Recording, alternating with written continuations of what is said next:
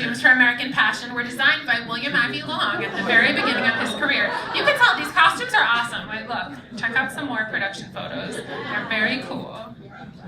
Some more.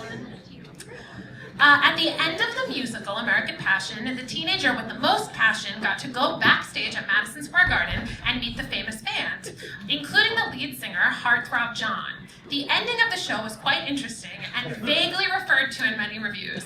Sweet 14-year-old Mary O'Ryan went backstage and was forced to give a blowjob to the lead singer while he was on a telephone call with his agent. It's just the weirdest, and also none of the reviews mentioned them. I was at the library for half an hour before Clive Barnes was blowjob. I was oh. Very vague references to it. I just like to imagine if that's how Bye Bye Birdie ended, but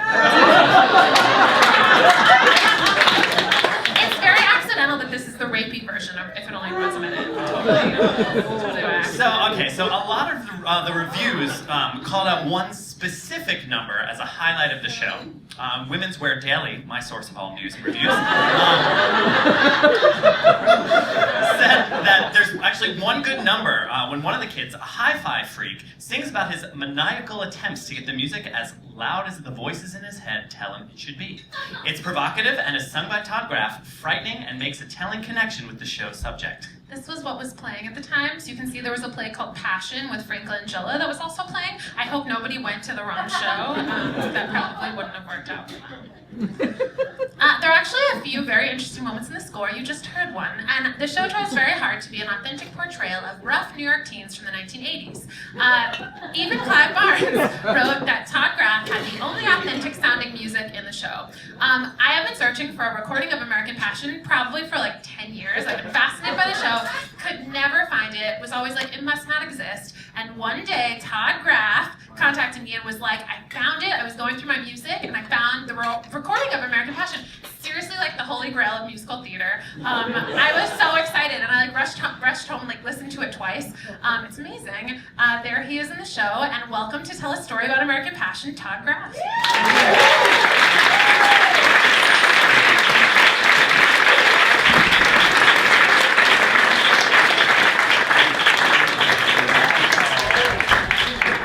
So, maybe 3 minutes before the show started tonight, Jen came up to me and she said, "Do you want to go on stage and do something?" American Passion. So this is not going to be the most prepared set of anecdotes you've ever heard. But I will say that in referring to when sometimes you listen to it and you get the lyrics wrong, so you got the lyrics wrong. No, I'm kidding. You got the lyrics you got wrong were not the ones that I wish I could say you got wrong. Secondly, those William Ivey Long costumes also were cut during previews. So the set was cut during previews. And what we referred to as Kristallnacht was... it's a cast full of children.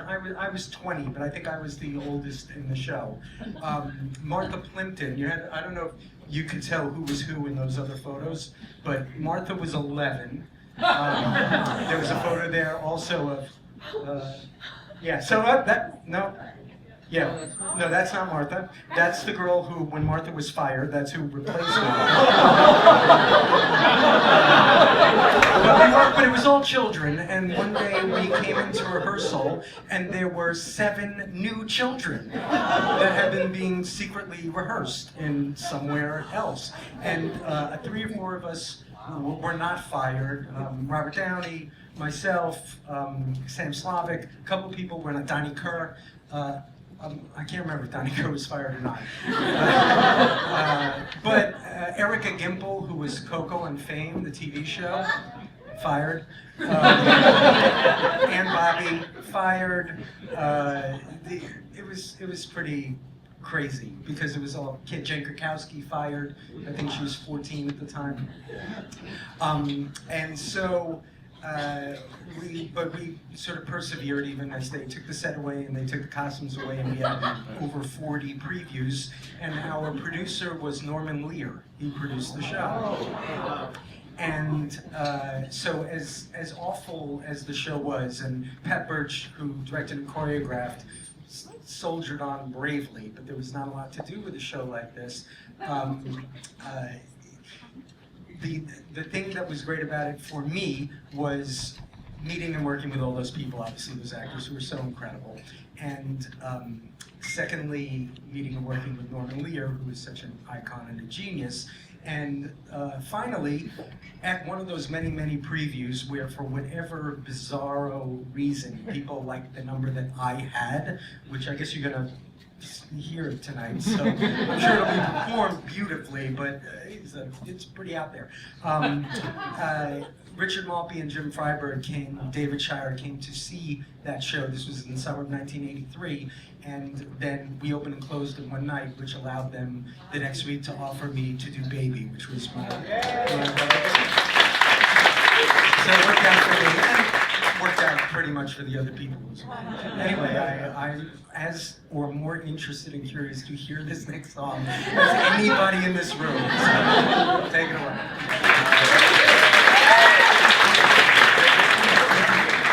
Let's just quickly say, I got married 3 weeks ago, and my husband's here.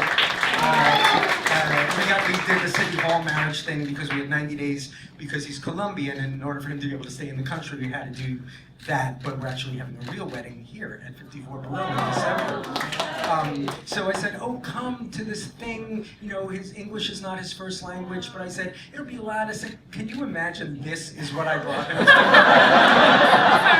He literally said to me, is what year now, baby? 1978? When we get to 2014? Anyway, enjoy.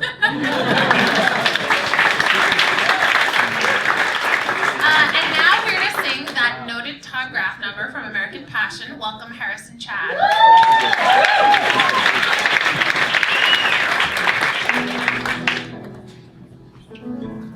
My name's Johnny. My last name's...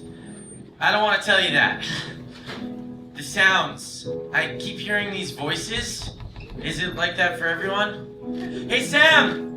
Do you hear voices too? I mean, like in your head? I was born on promises. And these voices, they made some hot promises, but now they won't leave me alone. Let me tell you about myself. I live up in the Bronx on Dykeman Avenue. Look east or west for a river view, where the Chinese girls go to Bronx Science and the guys hang out in casual defiance. I'm just a Bronx bopper, just a regular guy, but in my delight I have one real hobby. I'm an audio freak, I'm that hi-fi hound, I'm only living when I hear that sound. Hey, I know rock and roll is special in every kid's life. I mean, I think I was 10 when I got my first hi-fi. It was my sister's. She left it to me when she went off to juvenile detention center with this gun-toting dyke. Real sharp hi-fi, one tweeter, one speaker. But hey, I'd put on a record and I'd stand all alone in my room and look at myself in the mirror. And in the reflection of the mirror, I could see all my rock and roll heroes. Hey Sam, did I mention I was all alone? Because that's when it started. Well, all alone it never happened, but through the music, I heard a voice. It's not loud enough. I mean, I thought I was all alone until I heard loud enough. I checked under the bed. I was just a kid. I checked out the radio, but the voice wouldn't leave, wouldn't split. That real mean like straight poop. I didn't know what to do. I stuffed cotton in my ears, but how you gonna get at it? It was in my head. Drives me wacky. Louder. The message? Hey, don't let the music stop. Louder. Come on, rhythm and rhyme, is that okay? Louder. I slammed ahead, man. There's nothing wrong with me. The voices got bigger and bigger, like early Mountain or late Righteous Brothers. And they just kept on saying, hey, it's not loud enough. If it's not loud, it's not proud enough. Now rock and up, get it up. It's not loud enough. So I kept revving it up. I bought me this Phase Boost Echo Unit heavy hitter.